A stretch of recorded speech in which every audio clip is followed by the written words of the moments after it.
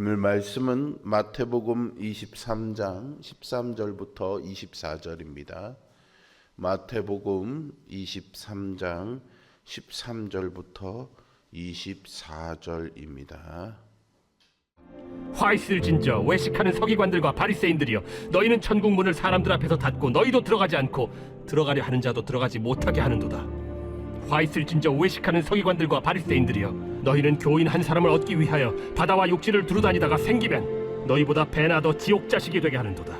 화 있을진저 눈먼 인도자여, 너희가 말하되 누구든지 성전으로 맹세하면 아무 일 없거니와 성전에 금으로 맹세하면 지킬지라 하는도다. 어리석은 맹인들이여, 어느 것이 크냐? 그 금이냐? 그 금을 거룩하게 하는 성전이냐? 너희가 또 이르되 누구든지 제단으로 맹세하면 아무 일 없거니와 그 위에 있는 예물로 맹세하면 지킬지라 하는도다. 맹인들이여, 어느 것이 크냐?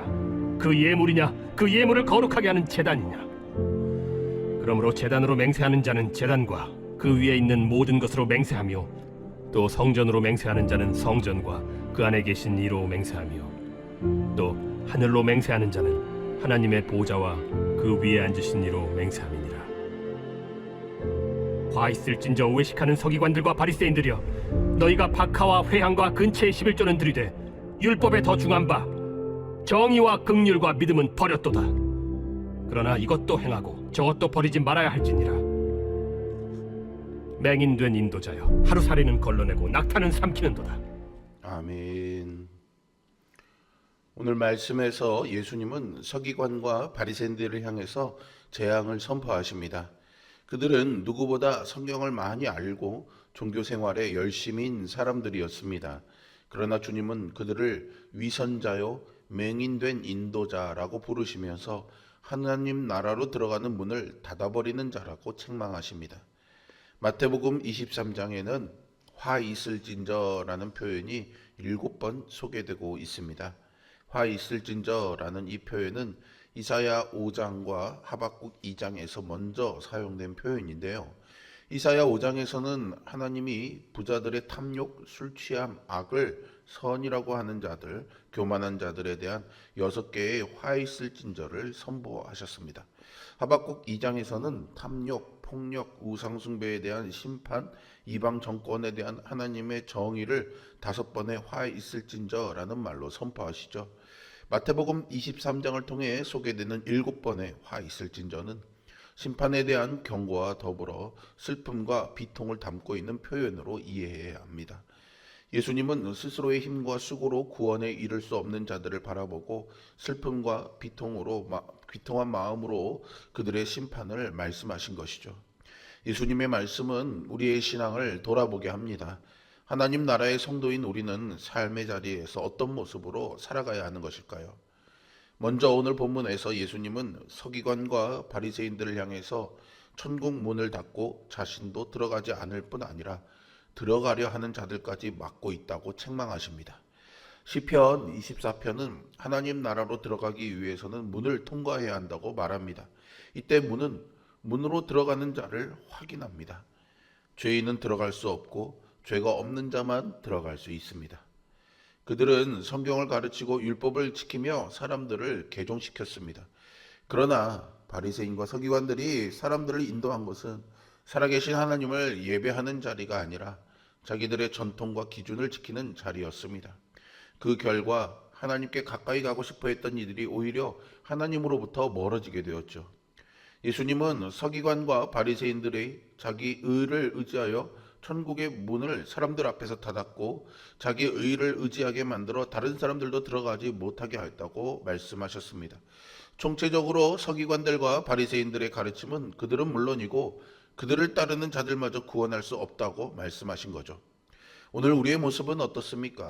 우리는 믿지 않는 가족과 이웃에게 예수님을 전한다고 말하지만 정작 그들에게 복음의 기쁨이 아니라 부담을 줄 때가 있지는 않습니까? 우리는 누군가 천국 문 앞에서 주저할 때 그 앞을 가로막는 장벽이 아니라 그 안으로 들어가도록 인도하는 길이 되어야 하겠습니다. 다음으로 예수님은 종교 지도자들을 눈먼 인도자라고 부르시면서 그들의 왜곡된 맹세 문화를 지적하십니다. 여기서 말하는 눈먼 자는 맹인을 말합니다. 예수님은 마태복음 15장 14절에서 이들을 맹인 인도자로 부르셨습니다. 그러면서 맹인이 맹인을 인도하면 둘이 다 구덩이에 빠지리라 라고 말씀하시죠. 구덩이는 15절에서 말한 배나 지옥 자식이 되게 한다라는 지옥을 의미합니다. 천국의 문을 닫고 지옥으로 떨어지는 자가 서기관들과 바리새인들이라고 말한 것이죠. 서기관들과 바리새인들이 맹인인 이유는 그들이 그 크기를 가늠하지 못하기 때문입니다. 예수님 당시에 맹세는 매우 중요한 의미를 지닙니다. 자신의 뜻을 보증하고 증명하는 행위로 중요한 수단이었죠. 특히 유대인들은 맹세를 하나님을 증인으로 삼아 진실을 말하거나 어떤 약속을 지키겠다라는 다짐을 했습니다.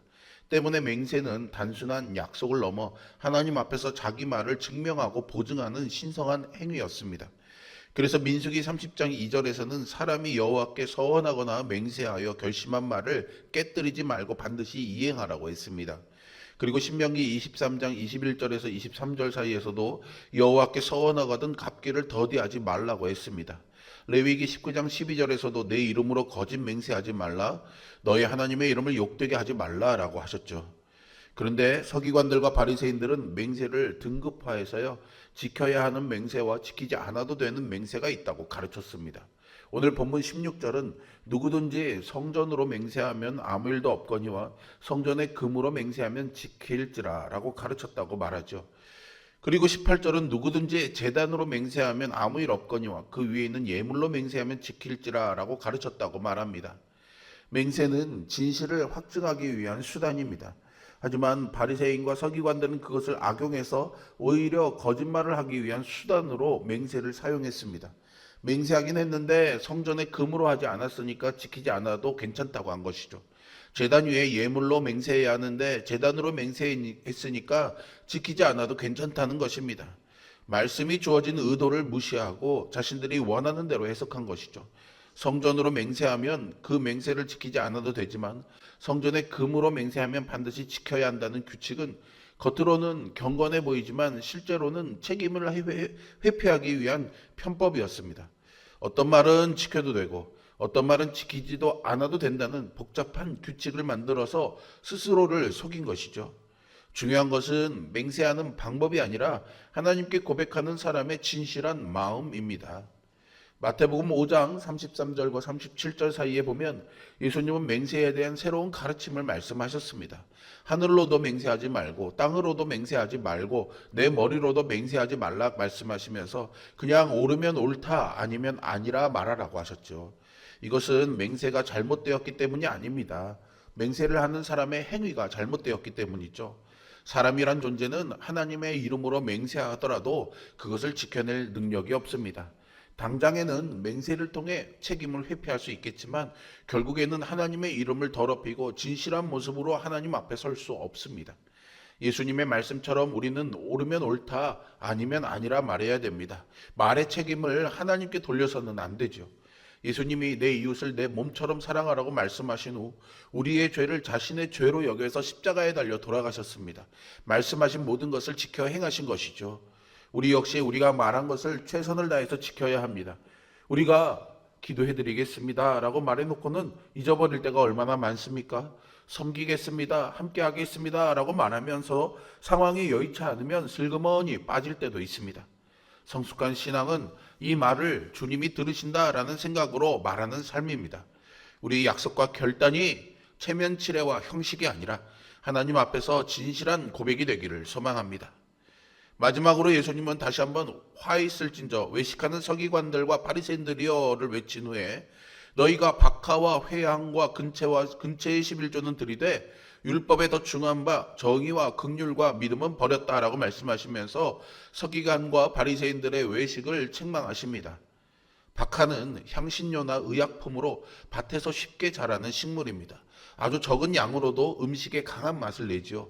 회향은 딜이라는 허브로요, 향료와 약초로 사용됩니다. 씨앗과 잎도 모두 먹을 수 있다고 합니다. 근체는 커민이라고 불리는 향신료인데요, 고대 중동 요리에서 많이 사용되는 식물입니다. 이 세 가지는요 모두 율법상 11조 의무의 품목이 아닙니다. 하지만 바리새인들은 자기 의를 드리기 위해서 굳이 하지 않아도 되는 이 세세한 플립들조차도 11조로 냈던 것이죠. 그런데 예수님은 이들이 율법에 더 중요한 바 정의와 긍휼과 믿음은 버렸다라고 말씀하셨습니다. 여기서 더 중요한 바는 헬라어로 더 무거운 것을 의미합니다. 이것은 마태복음 23장 4절에서 말하고 있는 무거운 짐입니다. 서기관과 바리새인들은 다른 사람들의 어깨에 무거운 짐을 올려놓고 자기 어깨에는 무거운 짐을 올려놓지 않았습니다. 가벼운 박하, 회향, 근처에 11조만 내고 무거운 정의, 긍휼, 믿으면 져버렸던 것이죠. 그들은 작은 허브 한 줄기까지 꼼꼼하게 헤아려 11조를 드렸습니다. 그 열심이 잘못됐다는 것은 아닙니다. 문제는 이런 작은 규례들에는 온 힘을 쏟으면서 하나님의 율법을 통해 강조하신 더 중요한 가치인 정의와 긍휼과 믿음은 행하지 않았다는 것이죠. 하나님이 우리에게 원하시는 것은요, 10개 중에 하나가 아닙니다. 하나님은 우리의 전부를 원하십니다.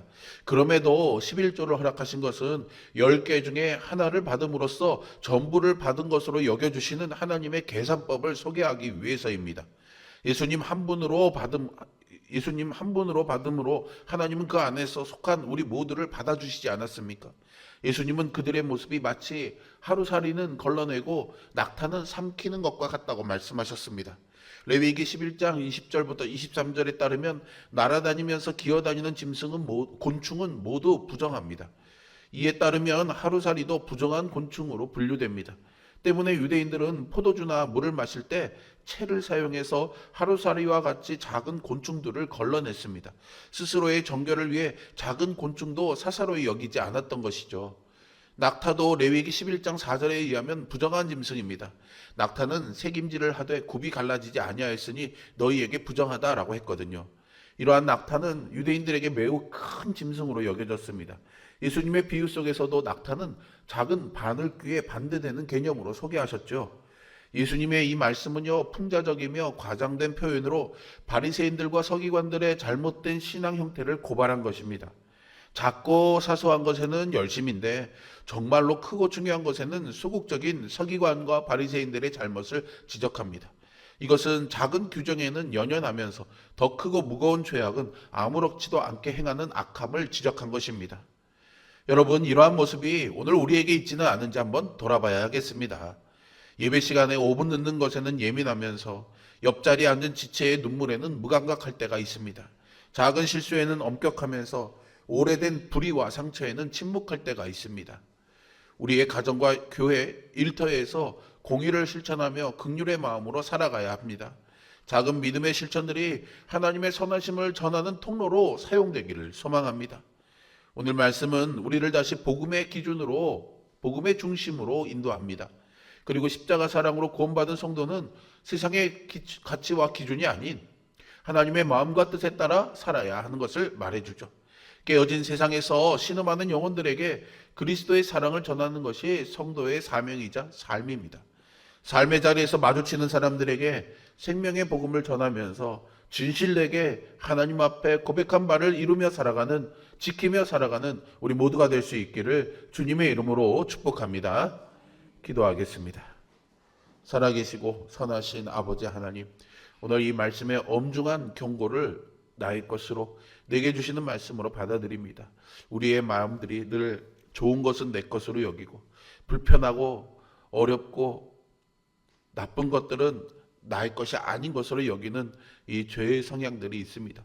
오늘 이 말씀도 누군가의 것이 아닌 나의 것으로 받아들이며 나는 이렇게 살아가고 있는 것은 아닌지, 나는 화했을진저라는 주님의 엄중한 경고에서 과연 자유로운지 정직하고 진실하게 돌아보게 하여 주시옵소서. 성령님, 우리의 악함과 연약함이 드러날 때 회개하며 통회하는 심령을 허락하여 주시고, 또한 이제 그런 옛 모습대로 살아가지 아니하며 오늘 말씀의 찔림을 받았다면은 이 말씀을 따라 진실되게 살아가며 하나님 나라를 이루기 위해서 복음의 통로가 되며 구원의 문이 되는 삶을 살아가는 우리 모두가 되게 하여 주옵소서. 예수 그리스도의 이름으로 기도합니다. 아멘.